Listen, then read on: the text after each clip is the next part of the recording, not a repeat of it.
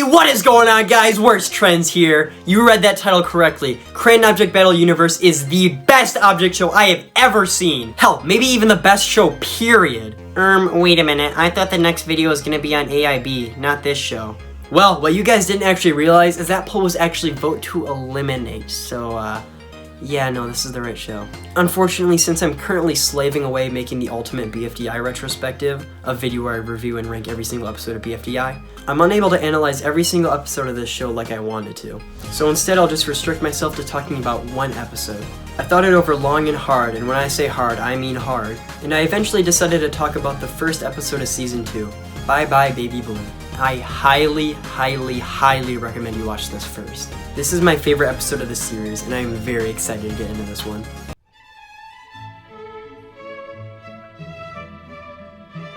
Crayon Object Battle Universe is a show created by Crayon. Now, I believe this is actually his 97th or 98th object show. Correct me if I'm wrong, though. The first episode of Season 1 released back on May 8th, 2018. The final episode of the season, one of my favorites, released on April 30th, 2021. Meaning the show ran for almost 3 years. Fun fact, the original first episode was actually lost, but Crayon remade it and released it a little before the finale of the season. But it would take until January 7th of this year for the first episode of Season 2 to be released. And you bet it was worth the wait.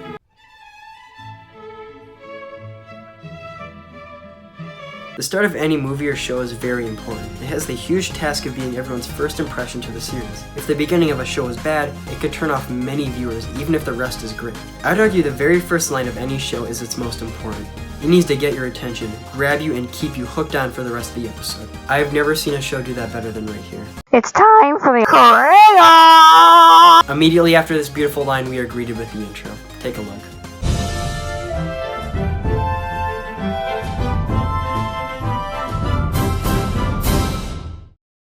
It's honestly shocking to me how it's able to keep the simple elegance of the BFDI intro, with a mix of the modern flair of OBS and animatic battle. It's able to do all that while still living up to the iconic intro of the first season. I would argue it even surpasses it. And the music choice is of course perfect. I couldn't imagine any other track playing here. I often find that object shows take too long to get to the point. For example, BFB takes far too long to get to the competition. It frankly wastes our time with character introduction after character introduction, when really, it's unnecessary. We get to see these characters interact during the challenge, and that's all we need. This episode takes a bold yet satisfying twist by immediately jumping into the meat of the episode, wasting no time by showing us the teams. I must also mention that Crayonbox is a superb host. He's charismatic and funny. Everything that comes out of the character's mouth has me chortle with joy. The animation that is coupled alongside his dialogue is always funny and interesting, but it never takes away from what's being said. It's extremely impressive how the show is able to balance both writing and animation. They both take your full attention at all times. It's truly fantastic. The teams begin to choose their names, and we get some all-timers. I'll list them off real quick. There's 2. This was one of the team names from the last season. I really enjoy how this show keeps its continuity, not only bringing back elements from the previous episodes, but also Team Toy, which is such a random choice. It's hilarious but brilliant. It does in fact have a nice ring to it. Not to mention its logo is jaw-dropping. The Fantastic Brothers is also a great name. Unmellow Yellow had every right to be that excited. The Launch Monsters. Enough said. The final team actually had 2 really great name ideas. Unfortunately, only one of them could be chosen. I think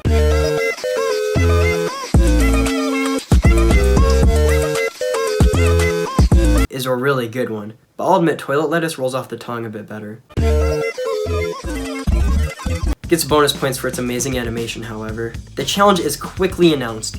Each team must destroy their little goobers. The last 2 teams who don't will be up for elimination. This is a genuinely interesting challenge to kick things off. Most object shows would start off with something safe and understandable. Getting a basket, staying on a balance beam, whatever. But Kobua goes in a bold new direction. Instead of making a challenge easy to follow, they make the challenge fucking awesome. These characters get put in a situation they have never been in before. Now that I think about it, I don't think there's ever been a challenge like this in a show. This is, dare I say, revolutionary. The idea of each team getting rid of some creature in order to be safe is so amazing, yet no one has done it before. And I know, you guys actually want to hear what happens in the challenge, so let's get on to it. We go straight to Team 2, and we see that they actually use their team name to their advantage. If you remember, during the team name choosing, some members were actually blown away by the sheer volume of the name. They geniusly use this against their goober to get it splatter into the wall. The plan ends up working too. I really love how the show is able to be a bit meta with the name being used like a real weapon, without it being overbearing. The what's the team name? The Launch Monsters see Crayon Box announce the team's being safe and has a great idea. They simply ask what team is safe, and Crayon Box unintentionally blasts away their goober. Using the same method twice to get rid of a goober is really unexpected and surprising. It really subverted my expectations and cemented the phrase more can be done with less. If you've been paying attention, you know that there's only one safe space left. Will it be Toilet Lettuce, Team Toy, or the Fantastic Brothers? The intensity of the challenge grows tenfold. Every time I watch this, I'm at the edge of my seat staring at the screen. We hard cut to the Fantastic Brothers to see that they're having trouble getting rid of their goober. Suddenly, Unmellow Yellow is eaten by the goober. After some brainstorming, they decide to use what is left of Unmellow Yellow to lure the goober off the table so it Dies of fall damage. They act fast, but Team Toy sees this. Suddenly, their adrenaline spikes, and one of their members is able to kick their goober far off the table into the wall. I'm sure that everyone thought the Fantastic Brothers would win, so subverting everyone's expectations at the last minute really subverted my expectations. A quick snappy punchline of another death pops up right before the credits starts. Like most object shows, there's an end credits scene, and a very good one at that. For most of Season 1, recovery was a huge issue, and a few crayons actually died in this episode. So it's reassuring to hear that Crayon Box will soon find a way to recover them, and they won't be immediately eliminated. With that hopeful, inspiring note, the episode ends. What else is there to say? The animation is flawless. It's able to punctuate so many jokes as well as create tons of visual gags throughout the episode. The writing is top tier. There are so many hilarious jokes I didn't mention because they need to be seen in the episode, not just me playing a clip.